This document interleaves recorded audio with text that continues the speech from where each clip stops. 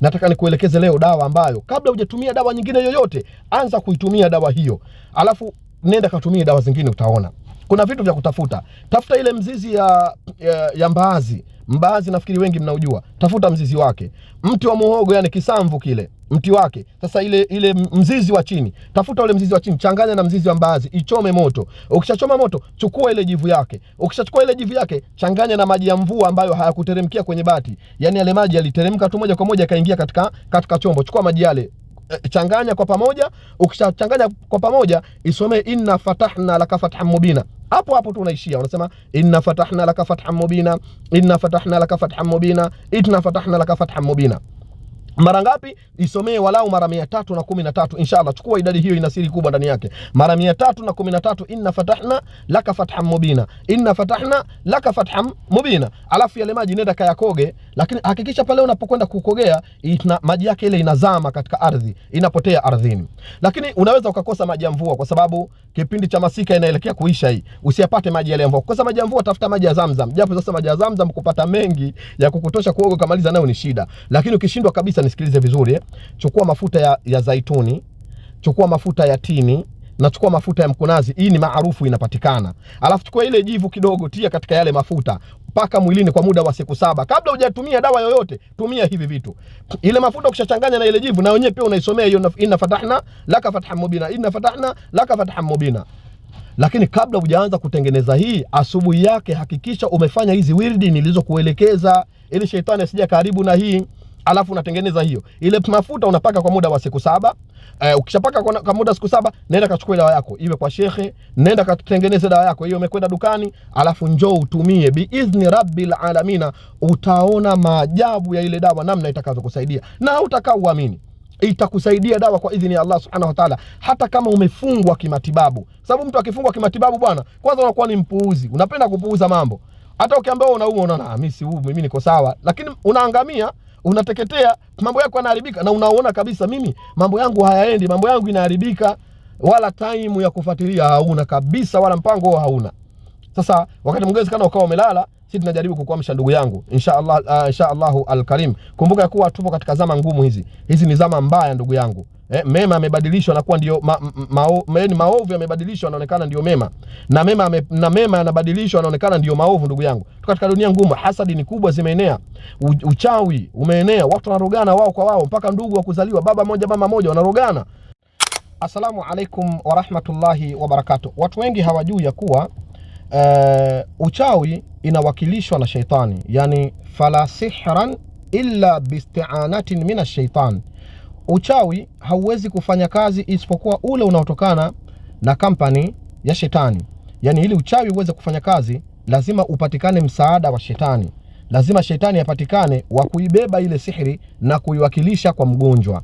Ndio tukawa tunamuita muwakila bisihiri, mwenye kuiwakilisha uchawi. Kwa maana mchawi anafanya ya kuyafanya, baada yale anayoyafanya shetani anabeba ile uchawi, anakuletea wewe na kuingizia. Sasa watu wengi huwa kuna jambo hawalijui.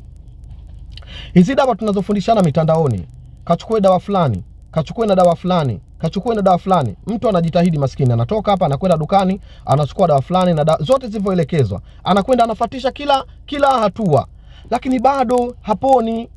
Kila anavyojitahidi bado hapati kupona ile maradhi inayomsumbua.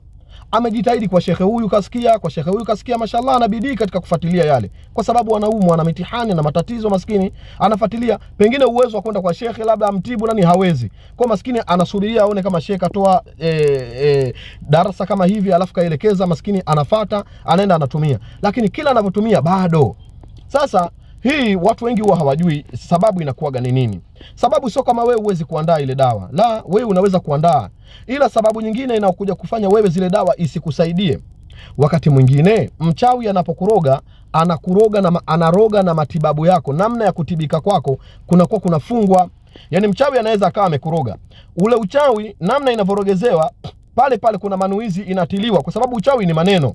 Namna vile mtu anavokunuia pale wakati wanafanya ile uchawi zao, kama wanakuzika kaburini, kama wanakufukia njia panda, ama na sehemu nyingine, maneno ile.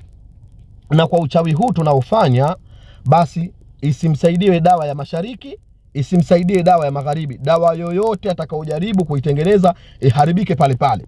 Dawa yote atakayejaribu kuigusa pale pale iteketee. Sasa ile dawa inaharibika yenyewe? La, haiharibiki yenyewe. Yule sheitani muwakila bisihri ndo anaiwangia ile dawa, kwa sababu ile shetani alobeba uchawi kuileta kwako, ile shetani alibeba uchawi kuileta kwako, yule ndo anaharibu ile dawa, kwa sababu yule si yuko pamoja na wewe, na yeye ndio aliobeba uchawi kukuletea wewe, na yeye ndio alokufanyia hasadi na kijicho.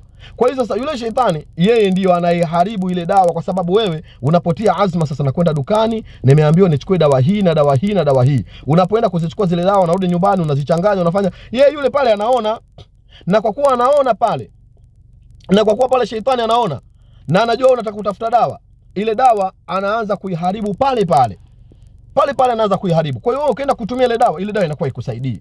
Wengine ambao hawana mtihani kama wako, akifanya anafanikiwa. Watu wengi ile wanakuwa hawajui. Mtu anasema mimi dawa nyingi tu, nishaenda hata kwa mashehe kuchukua dawa zao, nikichukua dawa zake zinakuwa zinisaidii. Kuna mtu mwingine ile dawa kama haijafanyiwa kisomo madhubuti, kama haijafanyiwa kisomo cha sawasawa, haiwezi kusaidia. Lakini sasa mimi leo nataka nikufundishe moja katika njia ambayo utajisaidia kwa uwezo wa Allah Subhanahu wa Ta'ala. Nisikilize vizuri ndugu yangu. Kama wewe ni muhanga wa haya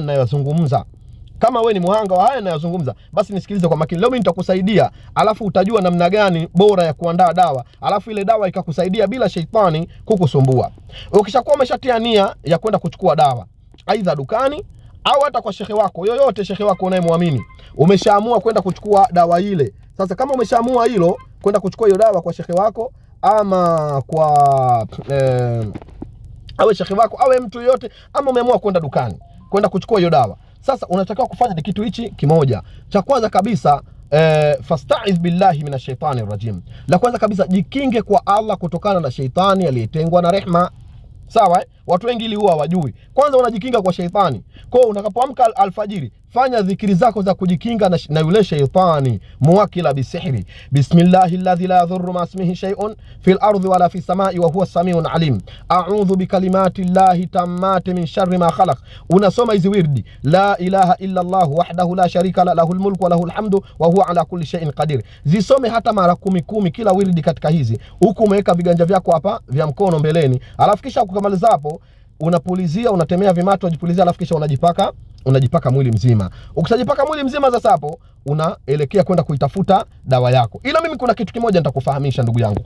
Kama sasa umefungwa kule kimatibabu, ile matibabu yako imefungwa, haujui sasa hapa nitajifungua vipi ili niweze kutoka, baada ya kuwa umeshazifanya hizi wirdi, nataka nikuelekeze leo dawa ambayo kabla hujatumia dawa nyingine yoyote, anza kuitumia dawa hiyo, alafu nenda katumie dawa zingine, utaona kuna vitu vya kutafuta. Tafuta ile mzizi ya mbaazi. Mbaazi nafikiri wengi mnaujua. Tafuta mzizi wake. Mti wa muhogo, yani kisamvu kile, mti wake. Sasa ile mzizi wa chini, tafuta ule mzizi wa chini, changanya na mzizi wa mbaazi, ichome moto. Ukishachoma moto, chukua ile jivu yake. Ukishachukua ile jivu yake, changanya na maji ya mvua ambayo hayakuteremkia kwenye bati. Yani yale maji yaliteremka tu moja kwa moja kaingia katika chombo. Chukua maji yale, changanya kwa pamoja. Ukishachanganya kwa pamoja, isome inna fatahna laka fathan mubina. Hapo tu unaishia, unasema inna fatahna laka fathan mubina, inna fatahna laka fathan mubina, inna fatahna laka fathan mubina.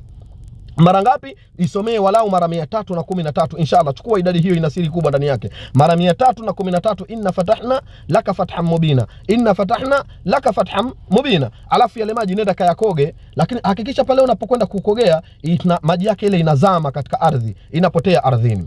Lakini unaweza ukakosa maji ya mvua, kwa sababu kipindi cha masika inaelekea kuisha hii. Usiyapate maji yale ya mvua. Kosa maji ya mvua, tafuta maji ya Zamzam. Japo sasa maji ya Zamzam kupata mengi ya kukutosha kuoga kamaliza nayo ni shida. Lakini ukishindwa kabisa, nisikilize vizuri, chukua mafuta ya zaituni, chukua mafuta ya tini, na chukua mafuta ya mkunazi. Hii ni maarufu, inapatikana. Alafu chukua ile jivu kidogo, tia katika yale mafuta, paka mwilini kwa muda wa siku 7. Kabla hujatumia dawa yoyote, tumia hivi vitu. Ile mafuta ukishachanganya na ile jivu, na wenyewe pia unaisomea hiyo inna fatahna laka fathan mubina, inna fatahna laka fathan mubina.